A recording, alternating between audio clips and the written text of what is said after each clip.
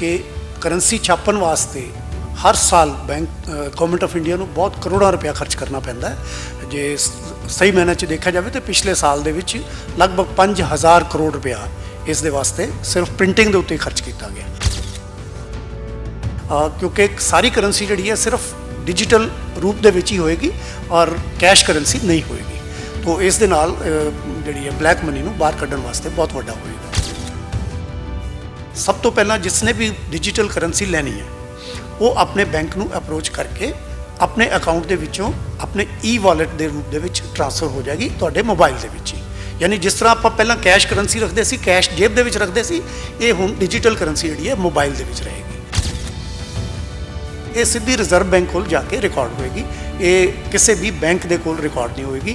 इस तरह ये समझा जाए कि एक बहुत बड़ी प्राइवेसी भी है कि सिर्फ रिजर्व बैंक कोल इसका होएगा और रिजर्व बैंक कोल भी एंड टू एंड ये इनक्रिप्शन होएगी। तो पब्लिकली इसका जोड़ा कोई डिस्प्ले नहीं होएगा कि भी कोई भी इस चीज़ को देख सकता है। मान लो पेटीएम के थ्रू कोई गड़बड़ हो गई तो हालांकि कोशिश उन्होंने वनियों जरूर होंगी है कि भी उसकी जोड़ा कोई ना कोई रेजोल्यूशन किया जाए, बट फिर भी ये बैंकों के उत्ते ही छड़ दिता जाता कि भी बैंक आपे देखन की करना या कस्टमर आपे देखे, जदों कि ये इहो जिहा कोई चांस ही नहीं है कि फ्रॉड कोई हो सके। सत श्री अकाल जी, मैं हाँ खुशी, तुसीं वेख रहे हो डेली पोस्ट पंजाबी। हालांकि RBI reserve bank of India वालों डिजिटल करंसी जी इंट्रोड्यूस की गई है। हालांकि पर कुछ शहरों में की गई, जिवें मुंबई भुवनेश्वर वर्गे शहरों में इंट्रोड्यूस करता गया, बट बहुत क्लोज्ड ग्रुप लिए की गई है। तो जानने वाली गल है कि जी डिजिटल करंसी उसकी की लोड़ पई, क्योंकि UPI ऑलरेडी यह जो प्लेटफॉर्म अपने को है जिथे असी ऑनलाइन ट्रांजैक्शनस कर रहे हैं। हर एक ईवन कोई रेहड़ी वाले कोल भी अजकल असी QR कोड देखते हैं कि ऑनलाइन पेमेंट कर दो। तो डिजिटल करंसी क्यों जरूरत पई, RBI ने यह स्टैप क्यों लिया, इस बारे भी जानना कि साडे नाल मौजूद ने श्री SK बांसल जो कि जनरल डिप्यूटी मैनेजर सीगे Punjab national bank which retire हो चुके हैं। इन्हां नाल जानांगे कि UPI ते डिजिटल करंसी जो कि रिजर्व बैंक ऑफ इंडिया वालों इंट्रोड्यूस की गई है बहुत जल्द पंजाब विच भी आ सकती है, तो की फायदे ने। सर पहला तो डिजिटल करंसी जो कि रिजर्व बैंक ऑफ इंडिया वालों की गई है, उसका की मतलब है, किवें असीं उसनूं इस्तेमाल कर सकते हैं। Sat Sri Akal ji. Digital currency government of India ਨੂੰ इंट्रोड्यूस करने वास्ते एक कारण, बहुत वड्डा कारण है कि करंसी छापन वास्ते हर साल बैंक गवर्नमेंट ऑफ इंडिया ਨੂੰ बहुत ਕਰੋੜਾਂ ਰੁਪਇਆ ਖਰਚ ਕਰਨਾ ਪੈਂਦਾ ਹੈ। ਜੇ ਸਹੀ ਮਾਇਨੇ 'ਚ ਦੇਖਿਆ ਜਾਵੇ ਤਾਂ ਪਿਛਲੇ ਸਾਲ ਦੇ ਵਿੱਚ ਲਗਭਗ 5000 ਕਰੋੜ ਰੁਪਇਆ ਇਸ ਦੇ ਵਾਸਤੇ ਸਿਰਫ ਪ੍ਰਿੰਟਿੰਗ ਦੇ ਉੱਤੇ ਖਰਚ ਕੀਤਾ ਗਿਆ। ਇਸ ਤੋਂ ਇਲਾਵਾ ਹੋਰ ਵੀ ਬੜੇ ਖਰਚੇ ਨੇ, ਜਿਸ ਤਰ੍ਹਾਂ ਟਰਾਂਸਪੋਰਟੇਸ਼ਨ ਕਾਸਟ ਹੈ, ਸਟੋਰੇਜ ਕਾਸਟ ਹੈ। ਇਹਨਾਂ ਚੀਜ਼ਾਂ ਨੂੰ ਵੇਖਦੇ ਹੋਏ ਦੂਸਰਾ ਸਭ ਤੋਂ ਵੱਡੀ ਗੱਲ ਹੈ ਕਿ ਜਿਹੜਾ 2016 ਦੇ ਵਿੱਚ ਨੋਟਬੰਦੀ ਦਾ ਕੰਮ ਕੀਤਾ ਗਿਆ ਸੀਗਾ, ਉਹ ਇਸ ਪਿੱਛੇ ਕੀਤਾ ਗਿਆ ਸੀ ਕਿ ਇਸ ਦੇ ਵਿੱਚ ਜਿਹੜੀ ਬਲੈਕ ਮਨੀ ਦਾ ਹੈ ਉਹਨੂੰ ਬਾਹਰ ਕੱਢਿਆ ਜਾਵੇ। ਔਰ ਡਿਜੀਟਲ ਕਰੰਸੀ ਇਸ ਵਨੀ ਇੱਕ ਬਹੁਤ ਵੱਡਾ government of India Wani step ਹੈ, ਕਿਉਂਕਿ ਸਾਰੀ ਕਰੰਸੀ ਜਿਹੜੀ ਹੈ ਸਿਰਫ डिजिटल रूप ਦੇ ਵਿੱਚ ਹੀ ਹੋਏਗੀ ਔਰ ਕੈਸ਼ ਕਰੰਸੀ ਨਹੀਂ ਹੋਏਗੀ। तो इस दे नाल ਜਿਹੜੀ है ब्लैक मनी ਨੂੰ ਬਾਹਰ ਕੱਢਣ ਵਾਸਤੇ ਬਹੁਤ ਵੱਡਾ ਹੋਏਗਾ, ਮਦਦ ਮਿਲੇਗੀ। तो ਇਹ ਸਾਰੀਆਂ ਕਾਸਟ ਨੂੰ ਕੱਢਦਿਆਂ ਹੋਇਆਂ ਇਸ ਦਾ ਪਰਪਸ ਕੀ ਹੋਏਗਾ, ਇਸ ਤੋਂ ਬਾਅਦ ਕਿਸ ਤਰ੍ਹਾਂ ਇਹ ਚੱਲੇਗਾ ਜਾਂ ਕਿਸ ਤਰ੍ਹਾਂ ਇਹ UPI ਨਾਲੋਂ ਡਿਫਰੈਂਟ ਹੈ। ਦੇਖੋ UPI ਐਗਜ਼ੈਕਟਲੀ ਉਹੀ ਚੀਜ਼ ਹੈ ਜੋ ਇਹ ਡਿਜੀਟਲ ਕਰੰਸੀ ਹੈ, ਲੇਕਿਨ ਇਸ ਦੇ ਵਿੱਚ ਵੱਡਾ ਬਦਲਾਅ ਜਿਹੜਾ ਹੈ ਕਿ UPI ਦੇ ਵਿੱਚ ਦੋਨਾਂ ਟ੍ਰਾਂਜੈਕਸ਼ਨਸ ਦੇ ਵਿੱਚ ਲੈਣ ਵਾਲੇ ਵਾਸਤੇ ਵੀ ਦੇਣ ਵਾਲੇ ਵਾਸਤੇ ਵੀ ਇੱਕ ਬੈਂਕ ਇਨਵੋਲਵ ਜ਼ਰੂਰ ਹੁੰਦਾ ਸੀ। ਲੈਣ ਵਾਲੇ ਦਾ ਵੀ ਬੈਂਕ ਔਰ ਦੇਣ ਵਾਲੇ ਦਾ ਵੀ ਬੈਂਕ, ਟ੍ਰਾਂਜੈਕਸ਼ਨ ਜਿਹੜੀ ਹੈ ਅਲਟੀਮੇਟਲੀ ਬੈਂਕਾਂ ਦੇ ਵਿੱਚ ਹੀ ਰਿਫਲੈਕਟ ਹੁੰਦੀ ਸੀ। ਜਦੋਂ ਕਿ ਡਿਜੀਟਲ ਕਰੰਸੀ ਵਨਸ ਇਸ਼ੂਡ ਬਾਈ ਐਨੀ ਬੈਂਕ, ਮੰਨ ਲਓ ਜਿਸ ਤਰ੍ਹਾਂ ਹੁਣ ਇਸ ਵੇਲੇ ਇਹਨਾਂ ਨੇ 4 ਬੈਂਕ ਜਿਹੜੇ ਉਹ ਨੋਮੀਨੇਟ ਕੀਤੇ ਨੇ, ਜਿਸ ਦੇ ਵਿੱਚ state bank of India, IDFC first bank, yes bank ਔਰ ICICI ਬੈਂਕ ਕੀਤੇ ਨੇ। ਔਰ ਇਹ ਤਜਰਬੇ ਦੇ ਤੌਰ 'ਤੇ ਉਹਨਾਂ ਨੇ ਸ਼ੁਰੂ ਕੀਤਾ 4 ਸਟੇਸ਼ਨਾਂ 'ਤੇ ਸ਼ੁਰੂ ਕੀਤਾ, ਦਿੱਲੀ, ਮੁੰਬਈ, ਭੁਵਨੇਸ਼ਵਰ ਔਰ ਬੈਂਗਲੌਰ ਦੇ ਵਿੱਚ। तो ਇਹ ਸਭ ਤੋਂ ਪਹਿਲਾਂ ਜਿਸਨੇ ਵੀ ਡਿਜੀਟਲ ਕਰੰਸੀ ਲੈਣੀ ਹੈ ਉਹ ਆਪਣੇ ਬੈਂਕ ਨੂੰ ਅਪਰੋਚ ਕਰਕੇ ਆਪਣੇ ਅਕਾਊਂਟ ਦੇ ਵਿੱਚੋਂ ਆਪਣੇ E ਵਾਲਟ ਦੇ ਰੂਪ ਦੇ ਵਿੱਚ ਟ੍ਰਾਂਸਫਰ ਹੋ ਜਾਏਗੀ ਤੁਹਾਡੇ ਮੋਬਾਈਲ ਦੇ ਵਿੱਚ ਹੀ। यानी जिस तरह आप पहला कैश करंसी रखते सी, कैश जेब दे विच रखते सी, ये हुण डिजिटल करंसी जिहड़ी है मोबाइल दे विच रहेगी। तो एक बारी करंसी इशू होगी तुहाडे ई वॉलेट दे विच ये करंसी जमा रहेगी। उस तो बाद जदों तुसी खर्चनी है वो चाहे तुसी किसी इंडिविजुअल नूं पेमेंट देनी है, चाहे तुसी किसी मर्चेंट ਤੇ ਜਾ ਕੇ ਵੀ ਪੇਮੈਂਟ ਕਰਨੀ ਹੈ ਤੇ ਇਹ ਡਾਇਰੈਕਟ 1 to 1 ਹੋਏਗੀ। ਇਹਦੇ 'ਚ ਕੋਈ ਵੀ ਬੈਂਕ ਇਨਵੋਲਵ ਨਹੀਂ ਹੋਏਗਾ। ਟ੍ਰਾਂਜੈਕਸ਼ਨ ਦੇਣ ਵਾਲੇ ਦੀ ਔਰ ਟ੍ਰਾਂਜੈਕਸ਼ਨ ਲੈਣ ਵਾਲੇ ਦੀ ਇਹ ਸਿੱਧੀ ਰਿਜ਼ਰਵ ਬੈਂਕ ਕੋਲ ਜਾ ਕੇ ਰਿਕਾਰਡ ਹੋਏਗੀ। ਇਹ ਕਿਸੇ ਵੀ ਬੈਂਕ ਦੇ ਕੋਲ ਰਿਕਾਰਡ ਨਹੀਂ ਹੋਏਗੀ। ਇਸ ਤਰ੍ਹਾਂ ਇਹ ਸਮਝਿਆ ਜਾਵੇ ਕਿ ਇੱਕ ਬਹੁਤ ਵੱਡੀ ਪ੍ਰਾਈਵੇਸੀ ਵੀ ਹੈ ਕਿ ਸਿਰਫ ਰਿਜ਼ਰਵ ਬੈਂਕ ਕੋਲ ਇਸ ਦਾ ਹੋਏਗਾ ਔਰ ਰਿਜ਼ਰਵ ਬੈਂਕ ਕੋਲ ਵੀ ਐਂਡ ਟੂ ਐਂਡ ਇਹਦੀ ਇਨਕ੍ਰਿਪਸ਼ਨ ਹੋਏਗੀ। ਤੋ ਪਬਲਿਕਲੀ ਇਸ ਦਾ ਜਿਹੜਾ ਕੋਈ ਡਿਸਪਲੇ ਨਹੀਂ ਹੋਏਗਾ ਕਿ ਵੀ ਕੋਈ ਵੀ ਇਸ ਚੀਜ਼ ਨੂੰ ਦੇਖ ਸਕਦਾ ਹੈ। ਜਿਵੇਂ ਕੰਪਨੀਆਂ ਨੇ ਪੇਟੀਐਮ ਨੇ ਜਿੰਨੀ ਸਾਰੀ ਕੰਪਨੀਆਂ ਨੇ ਯੂਪੀਆਈ ਜੋ ਪਲੇਟਫਾਰਮ ਯੂਜ਼ ਕਰਦੀਆਂ ਨੇ ਅਸੀਂ ਉਹ ਯੂਜ਼ ਆਲਰੇਡੀ ਕਰ ਰਹੇ ਹਾਂ ਪਰ ਕਿਤੇ ਨਾ ਕਿਤੇ ਉਹਦੇ 'ਚ ਵੀ ਚਾਰजेस ਕੱਟ ਹੁੰਦੇ ਨੇ ਤਾਂ ਉਹ ਵੀ ਕਿਤੇ ਨਾ ਕਿਤੇ ਕੱਟ ਹੋ ਜਾਏਗਾ। ਦੇਖੋ ਜਿਸ ਵੇਲੇ ਇਹਨਾਂ ਨੇ UPI ਦਾ ਕੰਮ ਸਟਾਰਟ ਕੀਤਾ ਸੀ ਡਿਫਰੈਂਟ ਕੰਪਨੀਆਂ ਨੇ ਪੇਟੀਐਮ ਹੈ ਫੋਨਪੇ ਹੈ ਗੂਗਲ ਪੇ ਵਗੈਰਾ ਹੈ ਇਹਨਾਂ ਨੇ ਫ੍ਰੀ ਆਫ ਕਾਸਟ ਹੀ ਸ਼ੁਰੂ ਕੀਤਾ ਸੀ। ਲੇਕਿਨ ਹੌਲੀ ਹੌਲੀ ਇਹ ਹੋਇਆ ਕਿ ਉਹਨਾਂ ਨੂੰ ਆਪਣੀ ਇਨਫਰਾਸਟ੍ਰਕਚਰ ਕਾਸਟ ਦੇ ਉੱਤੇ ਜਿਹੜਾ ਖਰਚੇ ਪੈ ਰਹੇ ਨੇ ਜਿਹੜੇ ਹੋਰ ਉਹਨਾਂ ਦੇ ਪ੍ਰੋਫਿਟੇਬਿਲਿਟੀ ਤੇ ਬਹੁਤ ਨੈਗੇਟਿਵ ਇਫੈਕਟ ਹੈ ਔਰ ਹੌਲੀ ਹੌਲੀ ਉਹਨਾਂ ਨੇ ਕਿਤੇ ਨਾ ਕਿਤੇ ਥੋੜੇ ਥੋੜੇ ਚਾਰजेस ਲਗਾਉਣੇ ਸ਼ੁਰੂ ਕਰ ਦਿੱਤੇ ਨੇ। ਮਸਲਨ ਜੇ ਤੁਸੀਂ ਹੁਣ ਮੋਬਾਈਲ ਰੀਚਾਰਜ ਕਰਦੇ ਹੋ ਮੈਂ ਖੁਦ ਰੀਚਾਰਜ ਕਰਦਾ 99 ਰੁਪਏ ਦਾ ਰੀਚਾਰਜ ਕਰਵਾਇਆ ਮੈਨੂੰ 100 ਰੁਪਏ 20 ਪੈਸੇ ਉਹਨਾਂ ਨੇ ਚਾਰਜ ਕੀਤੇ। ਦੈਟ ਮੀਨਸ ਕਿ 1 ਰੁਪਏ 20 ਪੈਸੇ ਉਹਨਾਂ ਨੇ ਚਾਰਜ ਕੀਤੇ ਨੇ। ਤਾਂ ਇਹ ਗਵਰਨਮੈਂਟ ਦੇ ਉੱਤੇ ਵੀ ਇਹਨਾਂ ਨੇ ਪ੍ਰੈਸ਼ਰ ਬਣਾਇਆ ਹੋਇਆ ਹੈ ਕਿ ਜਿਹੜਾ ਉਹਨਾਂ ਨੂੰ ਹੋਰ ਚਾਰजेस ਲਗਾਉਣ ਦੀ ਇਜਾਜ਼ਤ ਦਿੱਤੀ ਜਾਵੇ ਤਾਂ ਕਿ ਉਹ ਆਪਣੀ ਜਿਹੜੇ ਖਰਚੇ ਹੈ ਉਹਨਾਂ ਨੂੰ ਕੱਢ ਸਕਣ ਔਰ ਪ੍ਰੋਫਿਟ ਦੇ ਵਿੱਚ ਆ ਸਕਣ। ਲੇਕਿਨ ਗਵਰਨਮੈਂਟ ਨੇ ਉਸ ਨੂੰ ਹਾਲੇ ਤੱਕ ਠੀਕ ਨਹੀਂ ਸਮਝਿਆ ਔਰ ਓਪਨਲੀ ਇਸ ਚੀਜ਼ ਨੂੰ ਅਲਾਉ ਨਹੀਂ ਕੀਤਾ ਕਿ ਚਾਰजेस ਲਗਾਏ ਜਾਣ।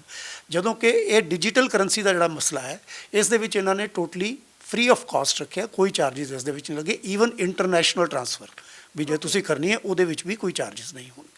ਤਾਂ ਜਿਵੇਂ ਡਾਇਰੈਕਟ ਅਸੀਂ ਫੋਨ ਪੇ ਆਪਾਂ ਕਹਿੰਦੇ ਆ ਨਾ ਇੱਕ ਹੋਰ ਐਪਸ ਨੇ ਜਿਹੜੇ ਇੰਟਰਨੈਸ਼ਨਲ ਟ੍ਰਾਂਜੈਕਸ਼ਨਸ ਦਾ ਯੂਜ਼ ਕਰਦੇ ਆ ਉਹਦੇ ਵਿੱਚ ਵੀ ਸਾਨੂੰ ਚਾਰजेस ਪੈਂਦੇ ਨੇ। ਜੇ ਅਸੀਂ ਡਿਜੀਟਲ ਕਰੰਸੀ ਯੂਜ਼ ਕਰਾਂਗੇ ਤਾਂ ਉਹਦੇ ਕੋਈ ਚਾਰजेस ਨਹੀਂ ਹੋਣਗੇ। ਚਾਰजेस ਨਹੀਂ ਹੋਣਗੇ ਬਿਲਕੁਲ ਕੋਈ ਚਾਰजेस ਨਹੀਂ ਲੈਣਗੇ। ਈਵਨ ਜਿਹੜੀ ਕਰੰਸੀ ਟ੍ਰਾਂਸਫਰ ਹੈ from rupee to say dollar ਵਗੈਰਾ ਉਹ ਵੀ ਇਹ ਆਟੋਮੈਟਿਕਲੀ ਕਰਨਗੇ ਬੈਂਕਸ ਦੇ ਥਰੂ ਔਰ ਜਿਵੇਂ ਜਿਵੇਂ ਇਹ ਸਿਸਟਮ ਐਸਟੈਬਲਿਸ਼ ਹੋਏਗਾ ਇਹ ਜਨਤਾ ਨੂੰ ਪਤਾ ਲੱਗੇਗਾ ਕਿ ਇਸ ਦੇ ਕੀ ਫਾਇਦੇ ਹੋਰ ਹੋ ਸਕਦੇ ਨੇ। ਡਿਜੀਟਲ ਕਰੰਸੀ ਆਪਾਂ ਗੱਲ ਕਰਦੇ ਹਾਂ ਤਾਂ ਇੱਕ ਨਾ ਇੱਕ ਇਹ ਵੀ ਗੱਲ ਆ ਜਾਂਦੀ ਹੈ ਕਿ ਆਪਣੇ ਫੋਨ ਵਿੱਚ ਉਹ ਸੇਵ ਹੋਏਗੀ ਤੇ ਜਿਹੜਾ ਆਪਣਾ ਪੇਪਰ ਮਨੀ ਹੈ ਜਿਹਨੂੰ ਆਪਾਂ ਕਹਿੰਦੇ ਆ ਉਹ ਵੀ ਮਤਲਬ ਹੌਲੀ ਹੌਲੀ ਖਤਮ ਹੋ ਜਾਏਗੀ। ਉਹਦਾ ਓਵਰਆਲ ਤੁਸੀਂ ਦੇਖਦੇ ਹੋ ਇਕਨੋਮੀ ਤੇ ਐਜ਼ ਐਨ ਇੰਡੀਵਿਜੂਅਲ ਪਬਲਿਕ ਨੂੰ ਕੀ ਫਾਇਦਾ ਹੋਏਗਾ? ਦੇਖੋ ਜਦੋਂ ਨਵੇਂ ਨੋਟ ਛਾਪਣੇ ਪੈਂਦੇ ਨੇ ਪੁਰਾਣੇ ਨੋਟ ਖਰਾਬ ਹੋ ਜਾਂਦੇ ਨੇ ਸਾਨੂੰ ਹਰ ਵੇਲੇ ਇਹ ਹੁੰਦਾ ਹੈ ਕਿ ਦੇਖੋ ਪੁਰਾਣੇ ਨੋਟ ਸਾਨੂੰ ਬੈਂਕ ਨੇ ਦੇ ਦਿੱਤੇ ਜਾਂ ਪਬਲਿਕ ਤੋਂ ਕਿਸੇ ਤੋਂ ਲੈਂਦੇ ਆ ਅਸੀਂ ਨੋਟ ਨੂੰ ਪਰਖ ਕੇ ਲੈਂਦੇ ਆ ਤੇ ਇਹ ਚੀਜ਼ ਦੀ ਜ਼ਰੂਰਤ ਖਤਮ ਹੋ ਜਾਏਗੀ ਔਰ ਗਵਰਨਮੈਂਟ ਨੂੰ ਵੀ ਇਹ ਹੋਗਾ ਕਿ ਦੁਬਾਰਾ ਨੋਟ ਛਾਪਣ ਦੇ ਉੱਤੇ ਜਿਹੜਾ ਖਰਚਾ ਹੁੰਦਾ ਸੀ ਉਹ ਨਹੀਂ ਹੋਏਗਾ। ਤਾਂ ਅਲਟੀਮੇਟਲੀ ਇਹਨਾਂ ਚੀਜ਼ਾਂ ਦਾ ਇੰਪੈਕਟ ਇਕਨੋਮੀ ਤੇ ਹੋਣਾ ਹੀ ਆ। ਔਰ ਜਿਹੜੀ ਮੈਂ ਪਹਿਲਾਂ ਗੱਲ ਕਹੀ ਹੈ ਸਭ ਤੋਂ ਵੱਡਾ ਫਾਇਦਾ ਜਿਹੜਾ ਹੈ ਉਹ ਬਲੈਕ ਮਨੀ ਬਾਹਰ ਕੱਢਣ ਵਾਸਤੇ। ਜੇ ਆਪਾਂ ਸਹੀ ਮਾਇਨੇ 'ਚ ਕਹੀਏ ਕਿ 2016 ਦੇ ਵਿੱਚ ਜਿਹੜੀ ਨੋਟਬੰਦੀ ਜਿਹਨੂੰ ਕਹਿੰਦੇ ਆ ਉਹ ਨੋਟਬੰਦੀ ਨਹੀਂ ਸੀ ਉਹ ਨੋਟ ਬਦਲੀ ਸੀ। ਤੁਸੀਂ ਤੁਹਾਡੇ ਕੋਲ ਕੋਈ ਵੀ ਨੋਟ ਸੀਗੇ ਪੁਰਾਣੇ 100 ਦੇ 500 ਦੇ 1000 ਦੇ ਨੋਟ ਜਿਹੜੇ ਬੰਦ ਕੀਤੇ ਸੀ ਉਹ ਨੋਟ ਬਦਲਾ ਲਏ ਗਏ ਨੇ। ਤੋ ਸਹੀ ਮਾਇਨੇ ਦੇ ਵਿੱਚ ਉਹ ਨੋਟਬੰਦੀ ਹੋ ਨਹੀਂ ਸਕੀ ਤੇ ਇਸ ਦੇ ਵਿੱਚ ਇਹ ਨੋਟਬੰਦੀ ਹੀ ਇੱਕ ਕਿਸਮ ਦੀ ਉਸੇ ਬਣੀ ਇੱਕ ਸਟੈਪ ਹੈ ਕਿਉਂਕਿ ਕੈਸ਼ ਕਰੰਸੀ ਇਹ ਖਤਮ ਹੋ ਜਾਏਗੀ ਹੌਲੀ ਹੌਲੀ। ਜਿਸ ਤਰ੍ਹਾਂ ਦੂਸਰੇ ਮੁਲਕਾਂ ਦੇ ਵਿੱਚ ਵੀ ਦੇਖੀਏ ਡਾਲਰ ਸਭ ਤੋਂ ਵੱਡਾ ਨੋਟ ਜਿਹੜਾ $100 ਦਾ ਉਸ ਤੋਂ ਵੱਡਾ ਕੋਈ ਨਹੀਂ। ਜਦੋਂ ਕਿ ਸਾਡੇ ਬੰਦ ਕਰਨ ਦੇ ਬਾਵਜੂਦ 1000 ਨੋਟ ਦਾ ਨੋਟ ਬੰਦ ਹੋਇਆ 2000 ਦਾ ਨਵਾਂ ਨੋਟ ਆ ਗਿਆ। ਤਾਂ ਉਹਦੇ ਨਾਲ ਵੇਖਿਆ ਜਾਵੇ ਤੇ ਇਸ ਵੇਲੇ ਹੁਣ 2000 ਦਾ ਨੋਟ ਮਾਰਕੀਟ ਦੇ ਵਿੱਚ ਲੱਭਦਾ ਨਹੀਂ ਹੈਗਾ। ਤਾਂ ਇਹ ਕਿੱਥੇ ਗਿਆ? ਤਾਂ ਆਪਾਂ ਇਹ ਸੋਚ ਸਕਦੇ ਹਾਂ ਕਿ ਵੀ ਇਹ 2000 ਦੇ ਨੋਟ ਦੀ ਜਿਹੜੀ ਹੈ ਕਿਤੇ ਨਾ ਕਿਤੇ ਸਟੋਰੇਜ ਹੋ ਚੁੱਕੀ ਹੈ ਵੱਡੇ ਸਰਮਾਏਦਾਰਾਂ ਕੋਲੇ ਜਾਂ ਵੱਡੇ ਇੰਡਸਟਰੀਅਲਿਸਟ ਕੋਲੇ। ਤੇ ਉਹ ਜਦੋਂ ਅਲਟੀਮੇਟਲੀ ਬਾਹਰ ਨਿਕਲੇਗਾ ਉਹ ਜਾਂ ਤਾਂ ਇਹ ਪ੍ਰੋਪਰ ਚੈਨਲ ਦੇ ਵਿੱਚ ਆਏਗਾ ਨਹੀਂ ਤੇ ਉਹ ਨੋਟ ਜਿਹੜਾ ਸੁਆਹ ਹੋਣ ਵਾਲੀ ਗੱਲ ਹੋ ਜਾਏਗੀ। ਤਾਂ ਗਵਰਨਮੈਂਟ ਨੂੰ ਇਕਨੋਮੀ ਦੇ ਉੱਤੇ ਇਹ ਬਹੁਤ ਵੱਡਾ ਇੰਪੈਕਟ ਹੋਏਗਾ ਜਦੋਂ ਕਿ ਬਲੈਕ ਮਨੀ ਮੁਲਕ ਦੇ ਵਿੱਚੋਂ ਖਤਮ ਹੋਏਗੀ। ਇੰਡੀਵਿਜੂਅਲੀ ਕੀ ਸਾਨੂੰ ਫਾਇਦੇ ਹੋਣਗੇ ਦੇ? ਇੰਡੀਵਿਜੂਅਲੀ ਦੇਖੋ ਇੱਕ ਤੇ ਸਭ ਤੋਂ ਵੱਡੀ ਮੈਨੂੰ ਦੱਸਿਆ ਕਿ ਪ੍ਰਾਈਵੇਸੀ ਹੋਏਗੀ। ਇਹ ਜਿਹੜੀ ਟ੍ਰਾਂਜੈਕਸ਼ਨ ਹੈ ਐਂਡ ਟੂ ਐਂਡ ਇਨਕ੍ਰਿਪਟਡ ਹੋਏਗੀ ਕਿਤੇ ਵੀ ਕਿਸੇ ਨੂੰ ਵੀ ਇਸ ਚੀਜ਼ ਦੇ ਬਾਰੇ ਪਤਾ ਨਹੀਂ ਹੋਏਗਾ ਕਿ ਇਹ ਟ੍ਰਾਂਜੈਕਸ਼ਨ ਕਿਸ ਤਰ੍ਹਾਂ ਹੋਈ ਹੈ।